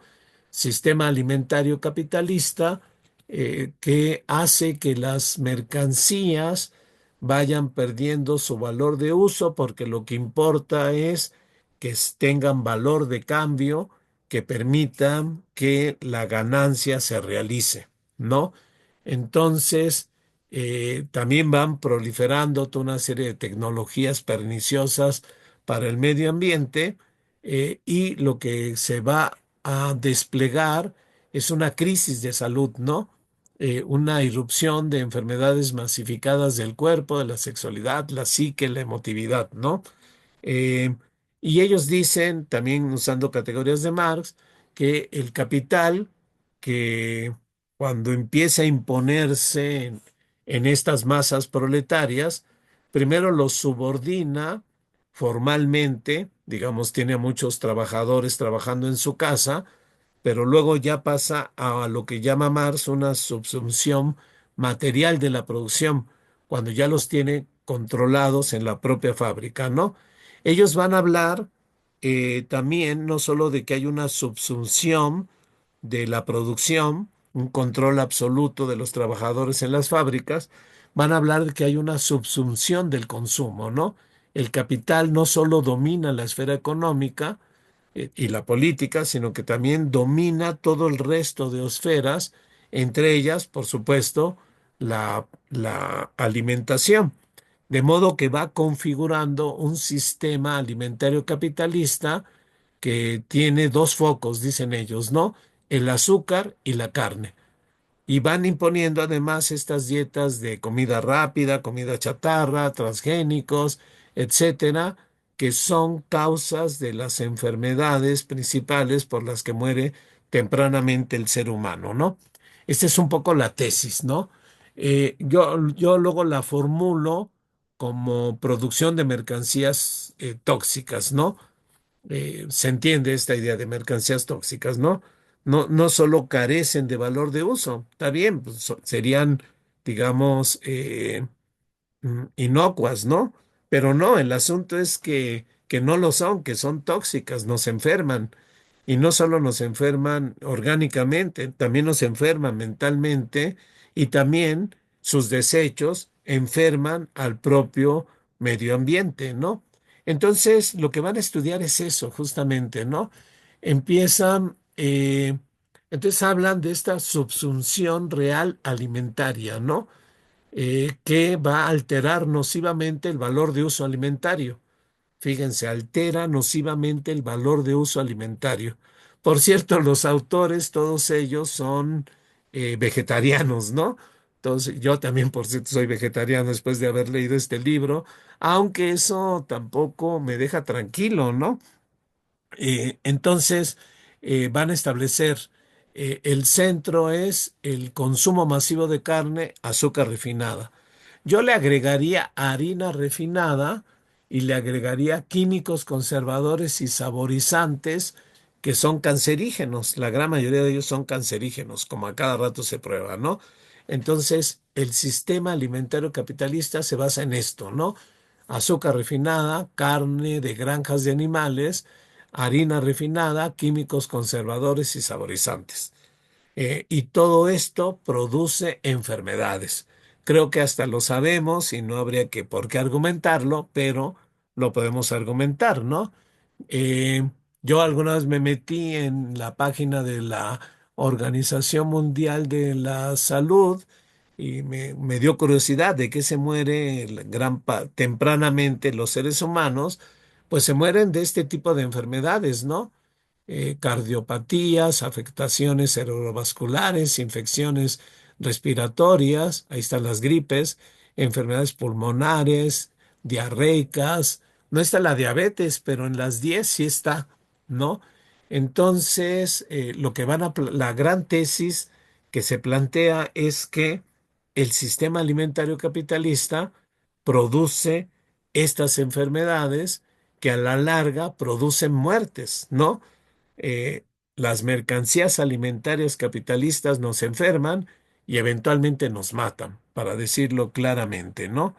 Y hay que decirlo, además, vivimos una crisis, una enorme crisis de salud invisibilizada, naturalizada, ¿no? Incluso se le dice a la gente, mira, esos refrescos te van a generar diabetes, la diabetes es una enfermedad y a la larga vas a morir tempranamente. Y no les importa, ¿no? No les importa, o sea, es tan naturalizada esta crisis de salud, ¿no? Una crisis de salud ligada al sistema alimentario, pero también está ligada, por cierto, al sistema de salud, porque el sistema de salud capitalista no tiene como centro la salud. Digamos, la salud no es negocio, lo que es negocio es la enfermedad. Entonces, en realidad, el sistema de salud capitalista es un sistema que no cura, que da paliativos para mantener a la gente enferma y eventualmente que se muera, porque ello genera ganancias. Esta es la perversión de todo este sistema capitalista, ¿no? Entonces, eh, lo podemos ver, ellos lo tratan con mucho detalle. La cuestión del azúcar se remite en este libro, luego yo lo compré, es buenísimo, este libro de Sugar Blues, eh, donde ya este autor hablaba de la cuestión del azúcar, ¿no? Digamos, el azúcar refinada eh, es, está tan refinada que ya no tiene nada de nutritivo, ¿no? Pero no solo no es nutritivo, dice este autor, no solo es inútil, ¿no? Sino que es perjudicial, es un antinutriente, ¿no? El azúcar destruye los equilibrios fisiológicos de quien la consume hasta que la persona pierde no solo la salud, sino el control sobre sus emociones, pensamientos, antojos, sobre su vida misma. Este carácter adictivo del azúcar, ¿no? Es una droga, sí, como lo es la heroína, produce adicción y dependencia, ¿no? Y produce migrañas, depresión, hiperactividad, destrucción de dientes, obesidad, alergia, cáncer, decaimiento del sistema inmunológico, dificultad para concentrarse, etcétera, etcétera, ¿no? No estoy mencionando, por cierto, la diabetes, ¿no? Que también, ¿no? Luego, este otro texto, les digo, esto lo van exponiendo ellos en este libro, Los peligros de comer en el capitalismo, que son sus referentes de alguna manera, ¿no? Este es otro doctor que examina críticamente la industria alimentaria, ¿no? Cómo los alimentos ya no tienen valores nutricionales, ¿no? Entonces hay una degradación de la salud. Entonces hay una proliferación pandémica de padecimientos que antes eran desconocidos. Ahora ya son comunes, ¿no? Hablar de cáncer, todos seguramente tenemos a alguien conocido que tiene cáncer, que tiene enfermedades en el corazón, apendicitis, diabetes, etcétera, ¿no? Esto que eran cosas raras, de pronto se hicieron más comunes y de pronto ya son naturalizadas, ¿no? La crisis de salud provocada por los alimentos, o ya no sé cómo llamarles, yo prefiero llamarles por las mercancías tóxicas del sistema alimentario capitalista, no son alimentos, ¿no? Eh, Invisibilizada y naturalizada. Y vamos por el azúcar, ¿eh? Entonces agarran este autor que justamente va estudiando todo el asunto nutritivo y la cuestión del azúcar, ¿no? El azúcar refinada no es un alimento, es una sustancia química pura. Sí, y justamente incluso por ahí ponen el diagrama de, digamos, químico del azúcar, muy parecido a la de la, no sé, heroína o cocaína, no sé, ¿no? Eh, entonces, todos los efectos, digamos, nocivos que tiene el azúcar, que ya lo sabemos, pero en realidad estoy seguro que no sabíamos que era tan grave, ¿no? Que no era tan grave el azúcar, ¿no? No solo por estas enfermedades degenerativas, diabetes, cáncer, etcétera, sino también mentalmente, ¿no? Mentalmente nos afecta tanto el consumo del azúcar, ¿no? Y entonces hay un desplazamiento de los sistemas precapitalistas centrados en cereales con valor de uso que permitían la reproducción fisiológica del ser humano, ¿sí? Hemos pasado a un sistema capitalista centrado en el azúcar refinada con valor de lucro que elimina su valor de uso, que permite la reproducción del sistema, pero no permite la reproducción de la propia vida humana, ¿no? Entonces, lo que sí va a alentar este consumo de azúcar es hiperactivismo, ¿no? Y esta adicción al azúcar, estas subidas y bajadas, por cierto, por eso se llama Sugar Blues, porque nos activa y si algún día nos sentimos medio deprimidos, algo me pasa, no me siento energetizado, etcétera, es el bajón del azúcar, ¿no? Entonces, dicen ellos, ¿no? El azúcar es el mejor alimento para que el capital funcione, ¿no?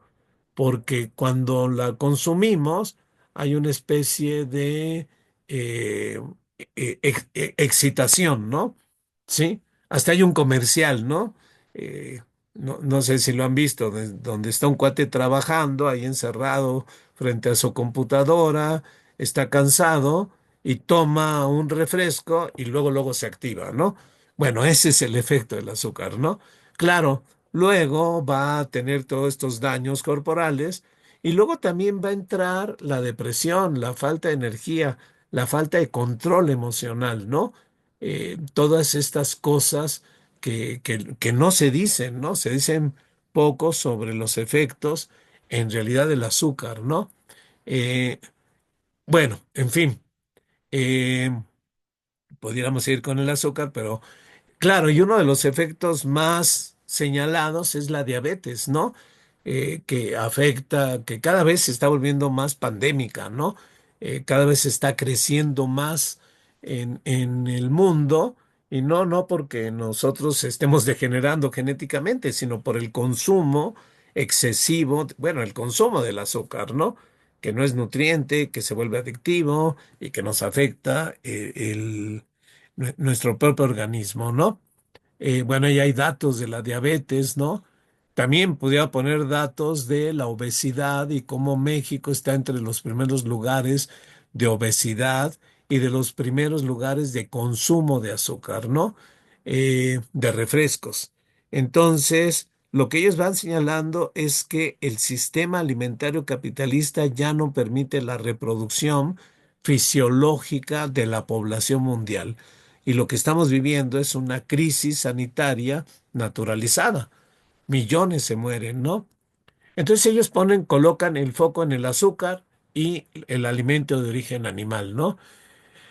Que también es un problema, ¿no? Estos animales están encerrados en medios artificiales, hacinados, tratados cruelmente, con manipulaciones hormonales, son los que consumen, los mayores consumidores de antibióticos, ¿no? Y su consumo también produce esta carne animal de las granjas envenenada, es nociva para la salud, ¿sí? Esto también se dice poco, ¿no? Pero el alto consumo de carne, y ahora la gente quiere comer, desayunar, comer y hasta cenar carne, eh, bueno, causa cáncer, enfermedades cardiovasculares, ¿no? De las principales causas de muerte temprana entre humanos, ¿no? Gastritis, úlceras, artritis, gota, etcétera. Estoy seguro que todos conocemos a alguien que tiene alguna de estas enfermedades, ¿no? Estas son enfermedades que produce el consumo de carne, ¿no? Y ellos están basados en elementos médicos, ¿no? Sí, son macrobióticos en realidad ellos, ¿no? Este grupo de macrobióticos. Si ustedes los ven, son gente brillantísima, todos muy delgados, ¿no? Veraza, Andrés Barrera, todos ellos, porque viven comunitariamente y viven, por cierto, con esta alimentación macrobiótica, ¿no? Y han estudiado este es uno de sus libros un poco como de defensa de su propio modo de vida y un ataque al capitalismo, ¿no? Entonces, hay un capítulo muy importante de este libro de Andrés Barrera, donde justamente denuncia esas granjas de animales, esos animales que tienen esta carne contaminada, que se vuelve eh, perniciosa para la salud, ¿no? Y además todo lo horrible que han hecho con los propios animales, ¿no? Eh, Cómo volvieron locas a las vacas, ¿no? Dándoles sus propios excrementos, una especie de canibalismo que afectó eh, su sistema nervioso de las vacas, ¿no? Las gallinas con mutaciones genéticas, torturadas, les cortan el pico, en fin, cosas terribles, ¿no? Igual los cerdos, que son muy sensibles, bueno, sometidos a brutalidades, ¿no? Entonces, muchos de estos productos, por ser generados en estas granjas en condiciones tan terribles, se vuelven tóxicos, se vuelven llenos de toxinas y en ese sentido producen este tipo de enfermedades, ¿no? Entonces, hay una crisis alimentaria gravísima, ¿no? Hay una crisis alimentaria que se ha vuelto una crisis de salud que también ha eh, agravado la crisis ecológica, ¿no? ¿Por qué ha agravado la crisis ecológica? Eh, bueno, lo podemos ver. Por cierto, hay una película que les recomiendo, está en Netflix, se llama Conspiracy, véanla. Por cierto, el autor, este director tiene otra película que se llama What the Hell. Ay, se me olvidó el nombre del director. Muy bueno, Conspiracy buenísima. Y la otra también, por cierto, ¿no? Que es toda la distorsión del sistema alimentario capitalista, ¿no? Conspiracy es sobre las granjas de animales, ¿no? Si la ven, yo a ver si logro dar algunos datos sacados de Conspiracy. Por ejemplo, este creo que es de Conspiracy, ¿no?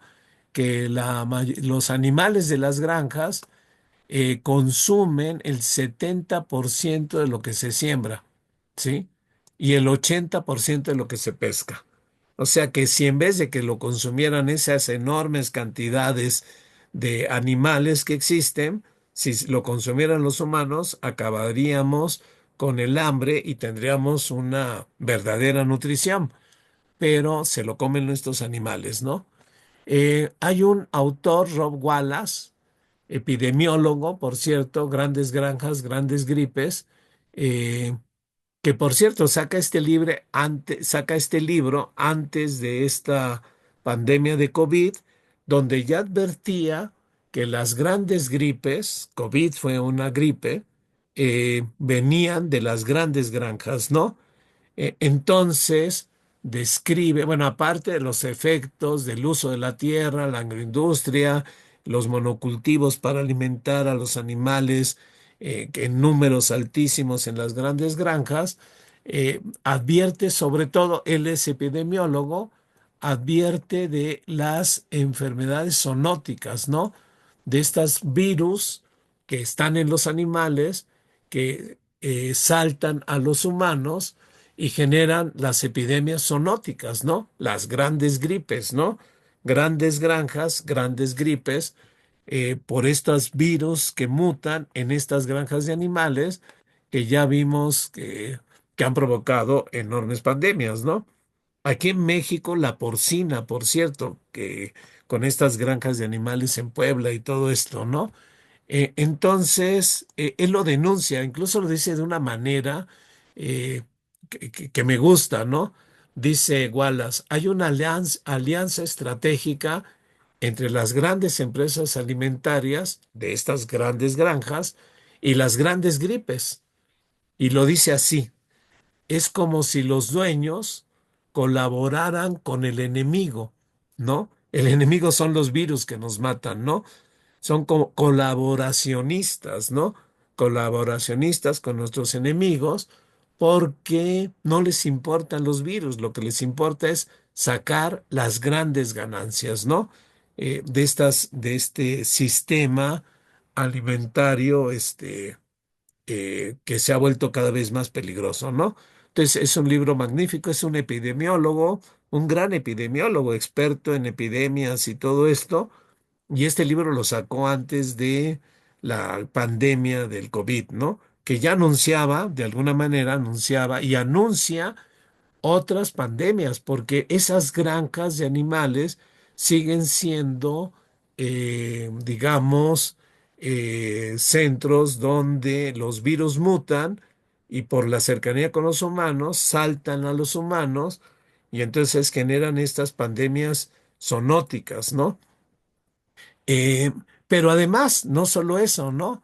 Esto no se mete tanto Wallace con esto, pero además de que están asociadas con estas enfermedades, resulta que esas granjas de animales son tan grandes que producen gases de efecto invernadero, metano, que tiene un efecto invernadero superior al dióxido de carbono, que ha superado en, en su producción de gases de efecto invernadero a todo el dióxido de carbono producido por el transporte público, por el uso, el transporte que usa combustible fósil, ¿no? eh, a tal punto de dañinas son estas granjas de animales. Que además, imagínense, ¿no? Es, a ver si ahorita pongo algunas cifras de esta sobrepoblación animal, que ya les decía, consumen 70% de lo que se siembra y 80% de lo que se pesca, pues ya se imaginarán sus excrementos, ¿no? Excrementos tales que producen este gas metano, pero que también producen contaminación en tierras, mares, ríos, océanos, ¿no? Eh, y que son además la base de los monocultivos extractivistas, ¿no? Estos monocultivos donde se arrebata la tierra, se queman bosques, se provocan incendios para luego usarlos para producir solo un producto que además lo van a consumir estos animales de las granjas, ¿no? Entonces es una cosa realmente gravísima lo que está ocurriendo con esto, ¿no? eh, se mueren miles de animales, ¿no? Por ahí está la cifra, ¿no? 345 millones al día, ¿no? Eh, y 140 millones de toneladas de peces, porque hay una verdadera sobrepoblación de animales de granjas, ¿no? Hemos invertido la pirámide trófica, ¿no? Acuérdense, la pirámide trófica es una pirámide. eh, la base es el suelo, la tierra, las plantas, herbívoros, y en la punta solo pueden, por cuestiones ecológicas, ser pocos los carnívoros, ¿no? Bueno, pues tenemos una pirámide trófica invertida insostenible ecológicamente, ¿no? Eh, ahí está, consumen un tercio del agua potable de la tierra, ¿sí? Ocupan 45% de la tierra, ¿sí? causa principal de la extinción de las especies, ¿no? De generar zonas muertas en el océano. Estos datos son, por cierto, de Conspiracy, ¿no? El secreto de la sustentabilidad. Le digo que es muy bueno este documental y tiene otro, What the Hell, también en Netflix. Los pueden ver y son buenísimos, ¿no? Ahí está un poco, todos estos son cuadros de la película Conspiracy, donde lo va explicando, ¿no? Donde van desarrollando todo esto del impacto de la carne. Eh, entonces, ver Conspiracy, por favor, ¿no? Urge una transición, urge acabar con estas granjas de animales, una transición hacia una soberanía alimentaria, urge educarnos con una verdadera cultura de alimentación nutritiva, advertir de este peligro, ¿no? Cambiar al sistema capitalista. Luego trata otros temas, está bien, me voy a ir más rápido, ¿no?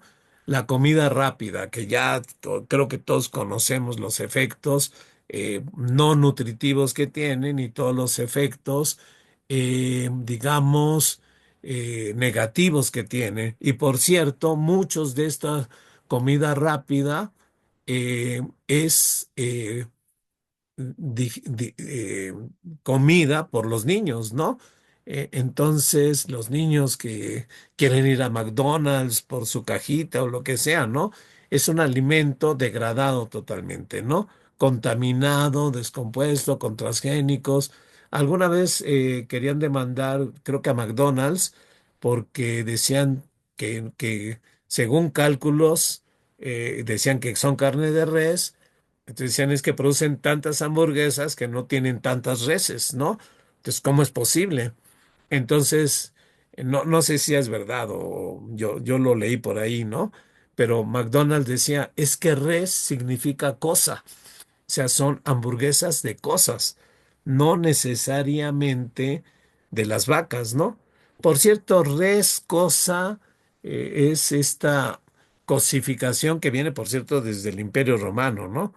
También los humanos eran cosas, eran reses parlantes, ¿no? Había reses parlantes y reses no parlantes, cosas, ¿no? Los seres vivos vueltos cosas. Bueno, comida chatarra, calorías, grasas, sal, azúcar, ¿no?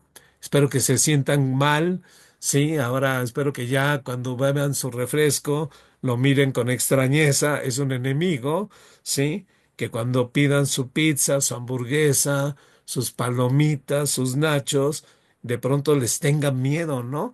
Sí, porque los van a enfermar, aunque a lo mejor van a decir, no importa, de algo me voy a morir, ¿no? De algo me voy a enfermar, de algo me va a matar el sistema. Y yo diría que no, que por supuesto no, hay que mantenerse vivos, sanos. Eh, Luego viene toda la cuestión de los transgénicos, ¿no? También toda una serie de debates, pero es obvio o debiera ser claro que en estos transgénicos, primero, su pretensión de que iban a solucionar problemas de producción alimentaria, bueno, es totalmente falso, ¿no? Realmente están generando problemas de salud y no sabemos realmente el asunto porque no hay principio de precaución, ¿no? Un principio de precaución es que si vas a sacar un producto, previamente examines qué consecuencias va a tener. Por cierto, examinar las consecuencias puede ser algo muy complicado, ¿no? Porque las consecuencias se pueden ver años después, ¿no? Esto que luego la industria farmacéutica nos dice, o sea, retiramos tal medicamento porque sí medio curaba algo, acuérdense que son paliativos, no curan, pero provocaba una enfermedad más grave, ¿no? Cáncer siempre, ¿no? Entonces lo retiramos, ¿no? Después de 10 años, ¿no? Toda, en fin, también para ponerse a examinar la industria farmacéutica de salud, ¿no? Otro monstruo del propio capitalismo, ¿no? Pero en fin, están ahí. Yo por eso ya no sé qué comer realmente, ¿no? Espero que se queden igual que yo, que queden angustiados de, ¿y ahora qué comemos, no? No me pregunten a mí, ¿no? Sí, ando en un giro vegetariano, pero, por ejemplo, uno descubre que muchos de estas dietas supuestamente sanas, etcétera, son tramposas, ¿no? Que esos panes negros que luego compramos son pintados y tienen azúcar y en fin, ¿no? Hay todo un negocio también sobre esta supuesta alimentación nutritiva, ¿no? Bueno, ahí están las que tienen organismos transgénicos, ¿no? Organismos modificados, ¿no? Luego habla de las drogas, por cierto, ¿no? Café, tabaco, alcohol, anfetaminas, las legales, ¿no? Y también todos los efectos que tienen, ¿sí?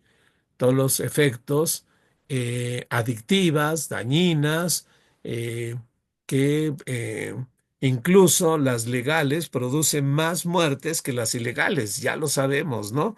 Se muere más gente por consumir tabaco, por consumir alcohol, que por consumir las drogas ilegales, ¿no? Ahí están cifras, ¿no?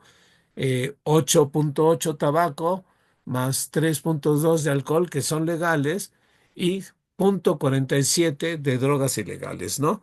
Eh, y yo creo que esto no ha cambiado, ¿sí? Habría que checarlo en todo caso. Entonces, como ven, y luego viene, pero ya le voy a parar, el impacto ambiental del sistema alimentario capitalista, ¿no? También para espantarse, ¿no? Si ya vimos que la carne, las granjas de animales absorben tanta agua, pues bueno, lo que provoca este sistema alimentario es crisis hídrica, escasez de agua, ¿no? Ahí hay algunos datos para que vean eh, cuántos se ahorraría de agua si dejaran de comer carne, ¿no? Ahí están datos, ¿no? Vean lo que gasta el agua, maíz, ¿no? Es el de arriba. Y vean lo que un pollo, una oveja, abajo están los que gastan más agua, ¿no? Producción alimentaria, ¿sí?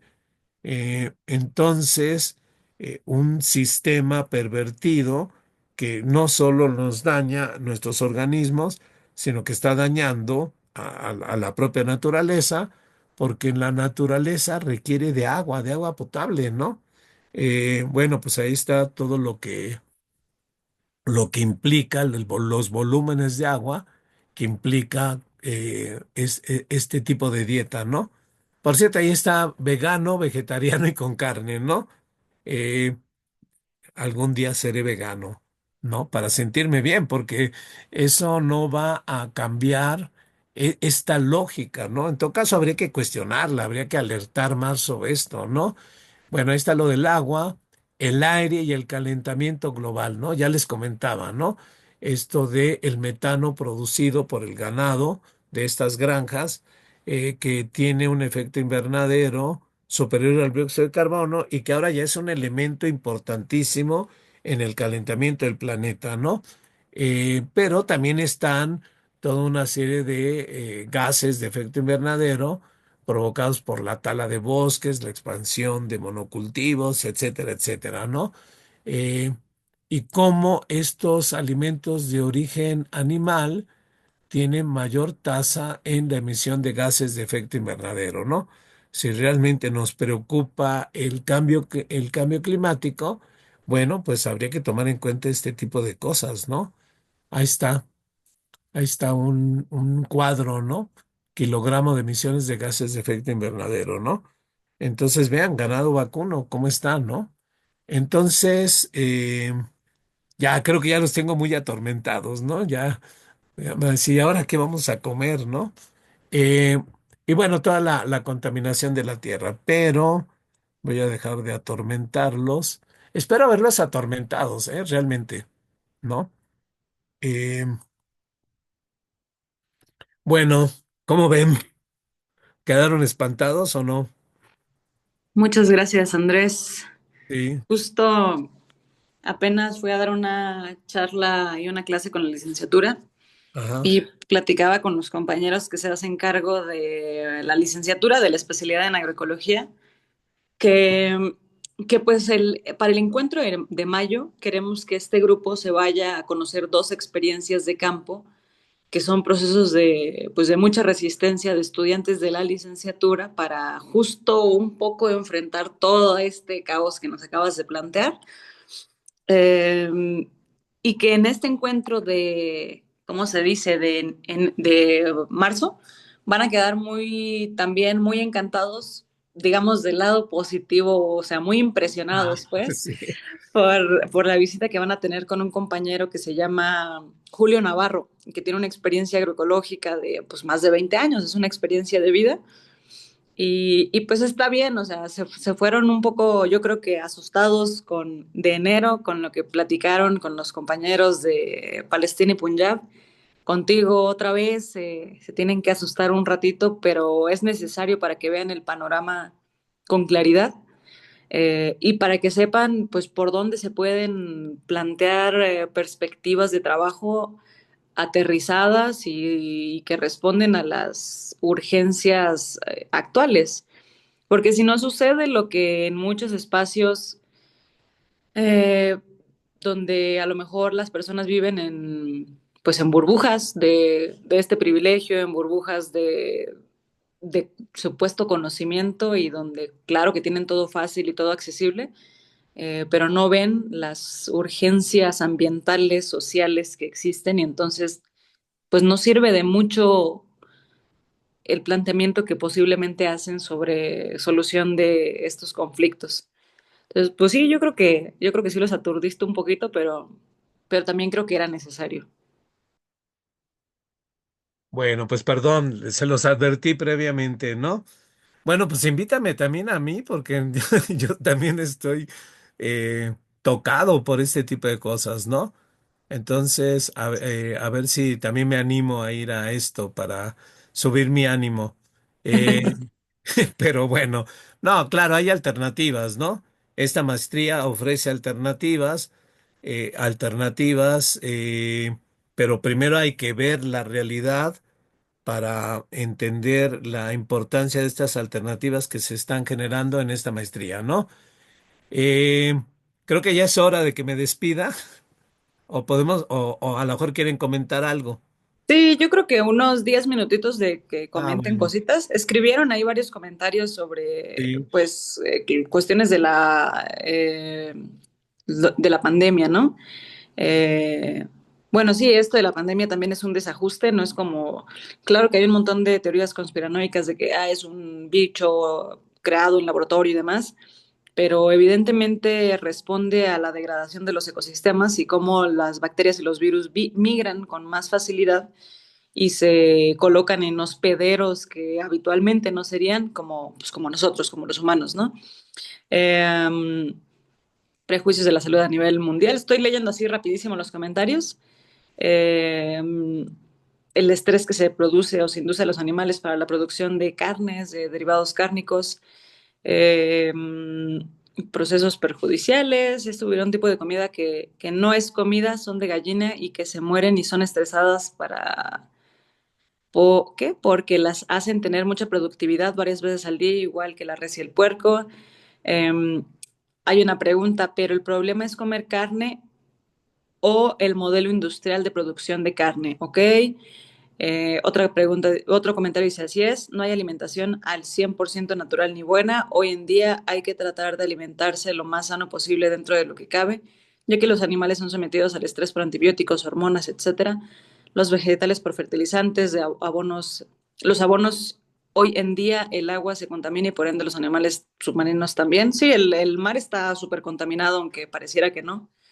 Eh, y el hecho de que no haya, por ejemplo, zonas amplias de coral y que maten a los animales que viven en estos ecosistemas, pues también hace que no haya un filtro natural y la cantidad de contaminantes se concentre en los océanos. Por otro lado, la industria farmacéutica es en parte la culpable porque quiere vender medicamentos, drogas que perjudican a la humanidad en todos los sentidos humanos, vegetal, animal y en nuestro ecosistema. Y alguien más comenta, yo me involucré en una feria agroecológica justo para tener un lugar donde conseguir alimentos lo más sanos posibles y medioambientalmente más sostenibles. Yo quisiera comentar ahorita, así rapidísimo, antes de que si alguien tiene algún otro comentario, había una pregunta sobre si consumir carne era el problema o si el modelo industrial de la producción de carne. Pues sí, en esencia es el modelo de industrialización de la producción de la carne, digamos, un poco más de fondo, y la idea de que históricamente se ha planteado que el consumo de ciertos productos te da un estatus, ¿no? En algún momento fue el consumo de azúcar, en algún momento fue el consumo de café, actualmente sigue siendo, entre otras cosas, el consumo de carne y biológicamente es ilógico que los humanos seamos estrictamente carnívoros, aunque prevalece muy fuertemente esta idea del consumo alto en carnes. ¿Por qué? Porque pues, somos animales omnívoros que necesitan proporciones diversas y adecuadas a los hábitos que se tienen, ¿no? La mayoría llevamos hábitos sedentarios, entonces el consumo de carne no tiene por qué ser mayor a 200 gramos por día y unas 2 veces por semana, o sea, máximo, porque son hábitos tan sedentarios que no alcanzan a quemar la cantidad de energía que, digamos, provee la carne al organismo. Entonces, en ese sentido, se requiere más bien ser consciente de que no necesitas comer carne todo el tiempo.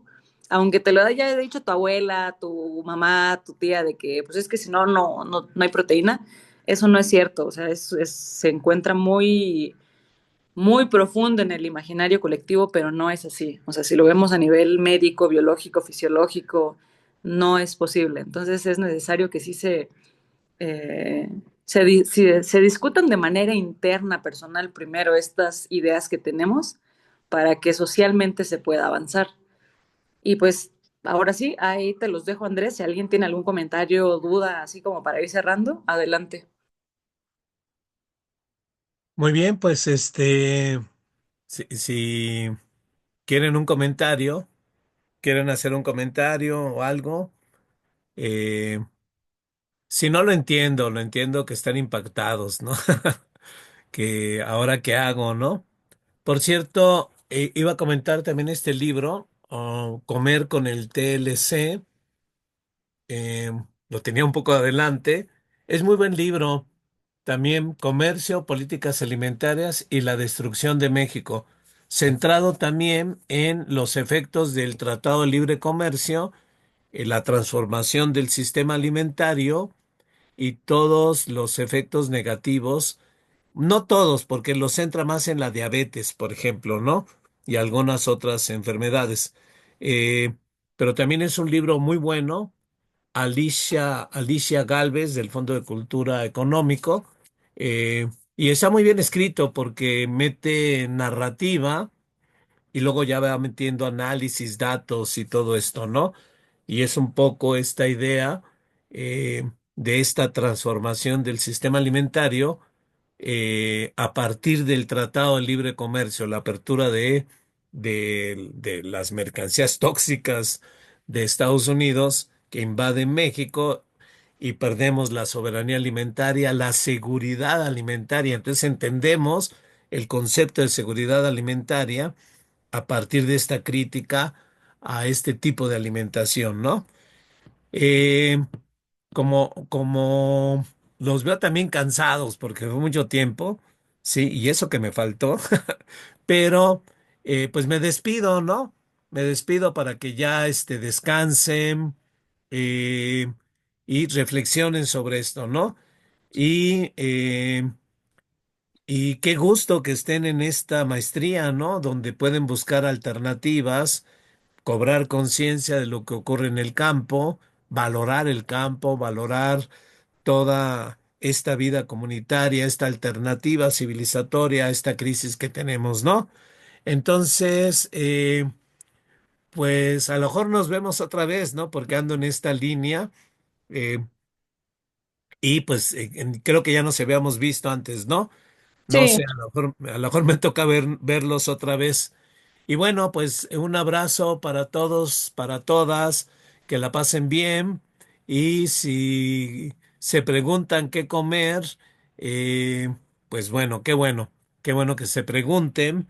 Pero el problema no es personal, el problema es social, el problema es mundial, el problema es del sistema, el problema es que tenemos que ver cómo empezamos a cambiar este sistema, ¿no? Y bueno, un abrazo, adiós. muchas gracias, Andrés. Ahí te estaremos invitando para el encuentro que viene, por si Ajá. nos quieres acompañar a la visita a campo y luego en el de mayo como para que haya, digamos, continuidad entre lo que tú nos platicas acá y lo que vamos aplicando en campo, pues también estaría bueno. Sí, también eso me falta, ¿no? Pero luego ya es que no me dejan en la otra maestría, pero a ver si me Sí. escapo. Bueno, nos vemos, adiós, Gracias. adiós, adiós.